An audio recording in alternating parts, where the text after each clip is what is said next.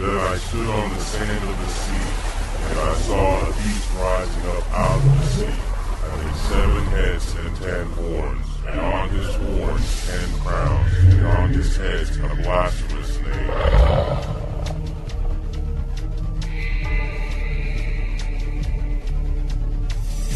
Welcome to the Revelation 13 podcast.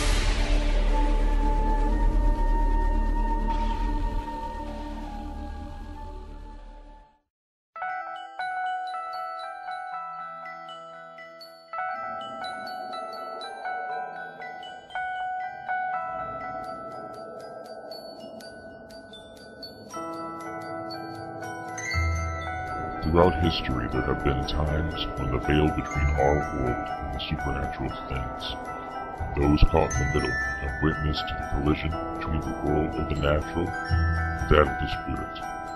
These events come and go, leaving us to speculate of what is behind these mysterious encounters.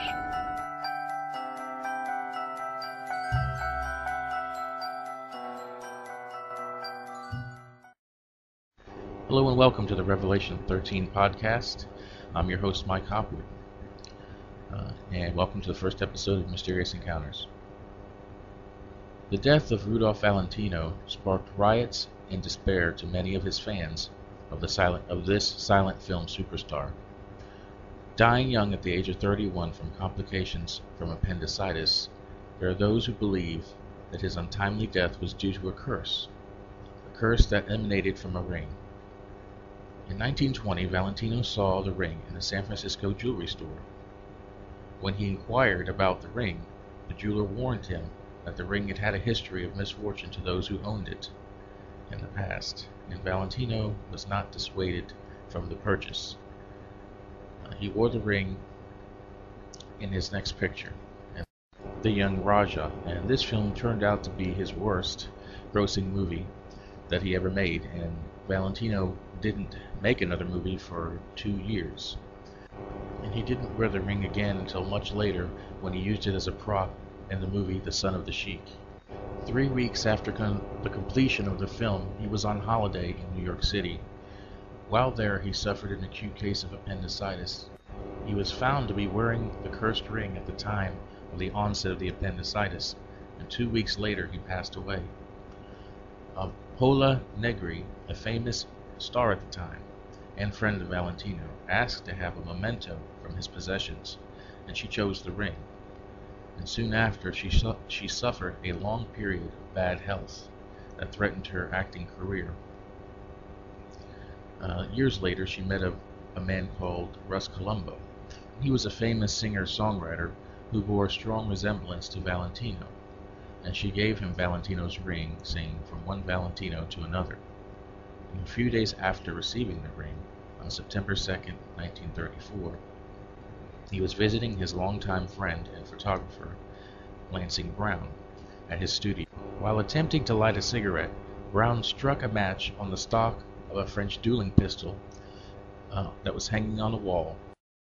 The flame ignited an unknown charge still left in the pistol. The charge shot a lead ball out of the gun, ricocheting off a table and into Colombo's left eye, killing him. Colombo's cousin passed the ring to Russ's best friend, Joe Casino. Casino kept the ring in a glass case in memory to his friend. Over time, he started wearing the ring. A week later, he was struck by a truck and killed. Del Casino, Joe's brother, inherited the ring and wore it with no ill effects. He said he would not be intimidated by the curse, and he didn't believe in things like that. And time passed, and he loaned the ring to a collector of Valentino relics, and again with no negative effects. It seemed that the curse was no longer in effect until Del Casino's house was burglarized by James Willis, who was seen fleeing from the scene of the crime by police. The police officer fired a warning shot which went low, and the shot killed the burglar. And one of the stolen items found in his possession was the Valentino ring. Later, Hollywood producer Edward Small wanted to make a movie about Valentino's career, and he found Jack Dunn, who looked a lot like Valentino. Dunn shot a film test in Valentino's dress and with the cursed ring. 10 days later, at the age of 21, Dunn passed away from a rare blood disease. And 1 year after Dunn's death, there was an attempted bank robbery at the Los Angeles bank in which $200,000 was taken. In the ensuing clash with the police, 2 of the gang were caught, and their leader, Alfred Hand, remarked at his trial, "If I had known what was in the vault besides the money, I would have picked another bank to rob." In the bank's safety deposit box was the Valentino ring.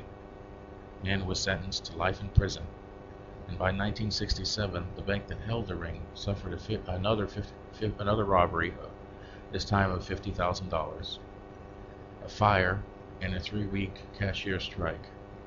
The last reference to the ring that I can find said it was given to a barber who won it in a contest.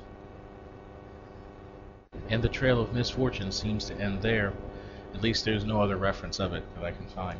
So for those who believe that there's something to this story and not just a bunch of coincidences, what was the force behind this relatively mundane cat's eye ring? The short and simple answer is evil spirits. The spirit world has a lot of influence in the natural. But having said this, it doesn't mean that there are spirits around every corner, waiting to do us harm. Most of the time, we cause our own misfortune and harm. But there are times when spirits make themselves known to varying degrees. And this can range from bad luck surrounding a person or an artifact to full-blown poltergeist attacks or even demonic possession. Being a Christian affords you protection from the worst of this, but bad things can happen to good and godly people. Generally a strong Christian will not see any extreme demonic activity. But an unsaved person has no protection when they open themselves up to attack, usually by dabbling into the occult, or sometimes even coming into contact with possessed artifacts. And that can lead to troubles also. A ring or even a house or some object can be a point of contact for evil spirits. And through this contact, they can influence people's lives. Again, I would like to stress that these things are rare. Even today, with all the attention to paranormal topics, and even what I think is an increase in the occult in general, it's still relatively rare. And as long as you don't involve yourself with the occult, you shouldn't have any problems. In the archives of the Maritime Office of the Australian Commonwealth, located in Canberra, there exists evidence of an incredible story of God's great mercy and providence.